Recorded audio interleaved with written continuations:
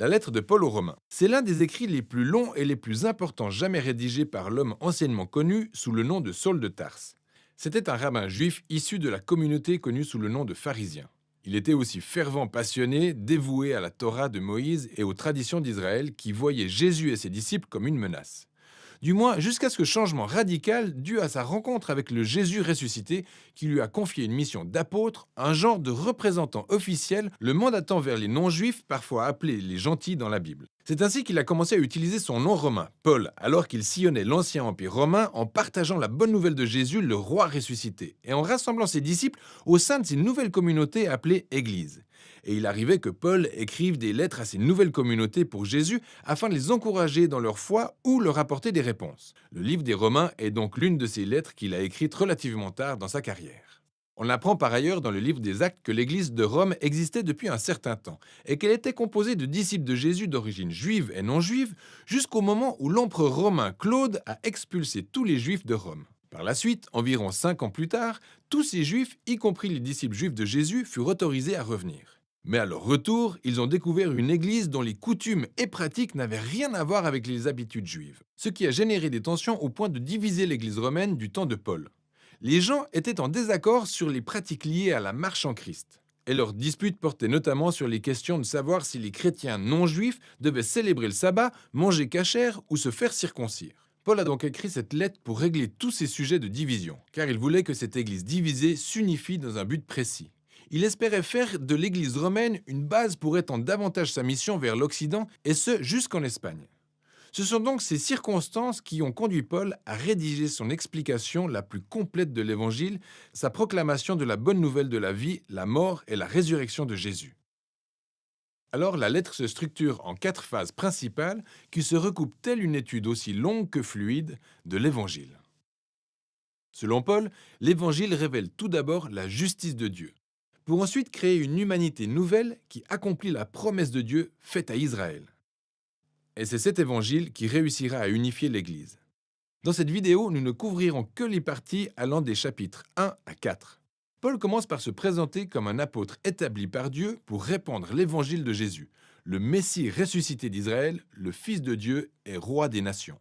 Puis de relever que maintenant, Jésus appelle l'humanité tout entière à intégrer son règne d'amour.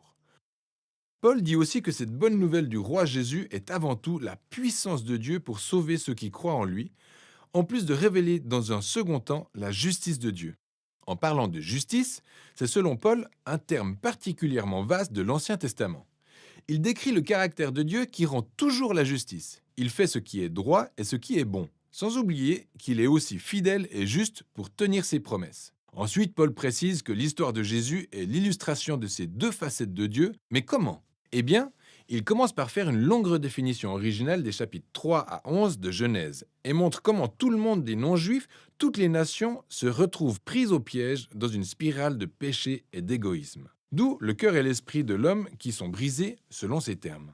Nous nous sommes détournés de Dieu pour nous attacher à l'idolâtrie. Autrement dit, nous trouvons un sens à notre vie dans les créatures au lieu du Créateur, au point de prêter une allégeance totale à ces choses qui ne sont pas Dieu, ce qui se traduit par une distorsion de notre nature humaine et un comportement destructeur. Et ainsi, c'est toute l'humanité coupable qui se tient devant un Dieu juste et droit. Ce à quoi le peuple d'Israël pourrait dire : tant mieux pour nous, puisque Dieu a choisi notre peuple parmi les nations. Il nous a délivrés de l'esclavage en Égypte. Il nous a donné les lois de la Torah, comme le respect du sabbat, le régime cachère et la circoncision, car tout ensemble, elles nous apprennent à vivre comme le peuple saint de Dieu que nous sommes. Mais Paul dit « pas si vite ». Il rappelle et relie les détails de la Torah au passage de l'Ancien Testament, montrant qu'Israël était tout aussi pécheur, idolâtre et moralement faillible que le reste de l'humanité. En fait, selon Paul, Israël est bien plus coupable que les non-juifs parce qu'ils ont la Torah. Ils devraient mieux agir car ils en savent davantage. Par conséquent, Paul conclut que toute l'humanité comprenant les non-juifs et les Israélites est définitivement piégée et coupable devant Dieu. Mais ce n'est pas tout. La bonne nouvelle de Jésus est la réponse de Dieu. Au lieu de traiter l'humanité selon sa culpabilité, Jésus est venu en tant que Messie d'Israël mourir en sacrifice pour les péchés de tous les peuples. En nous représentant de cette manière, Jésus a pris sur lui toutes les conséquences méritées de la douleur, du péché et de la mort que nous avons causées dans le monde. Il a triomphé de tout par sa résurrection d'entre les morts. et c'est cette nouvelle vie de résurrection qu'il rend accessible aux autres. En un mot, Jésus a adopté notre nature pour que nous puissions adopter la sienne. Et tout ceci, selon Paul, est le procédé de justification que Dieu utilise à l'endroit de ceux qui croient ou ont foi en Jésus. Au fait, le terme justification est clairement lié à la justice de Dieu et comme le dit Paul, c'est un autre terme vaste de l'Ancien Testament. Il signifie littéralement déclarer juste. En raison de ce que Jésus a fait pour nous, nous obtenons un nouveau statut devant Dieu. Au lieu de nous déclarer coupables, Dieu déclare que nous sommes réconciliés avec lui et que nous sommes pardonnés. La justification se traduit par une nouvelle famille. Car toute personne qui croit en Jésus se voit offrir une place au sein du peuple de l'Alliance de Dieu. La justification engendre aussi un nouvel avenir qui commence avec le voyage d'une vie transformée par la grâce de Dieu. Ainsi, toutes ces choses sur la justification constituent le don de Dieu à ceux qui, par leur foi, sont en Christ. Ce qui conduit Paul à relever au chapitre 4 les énormes implications pour ceux qui appartiennent à la famille de l'Alliance de Dieu.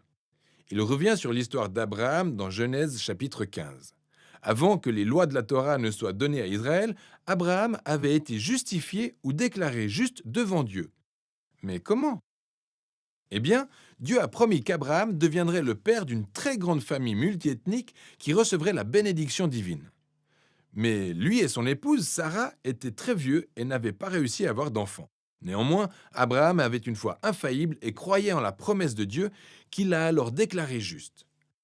Paul dit d'Abraham qu'il est devenu le père de la nouvelle famille d'alliance de Dieu qui se répand à travers le monde.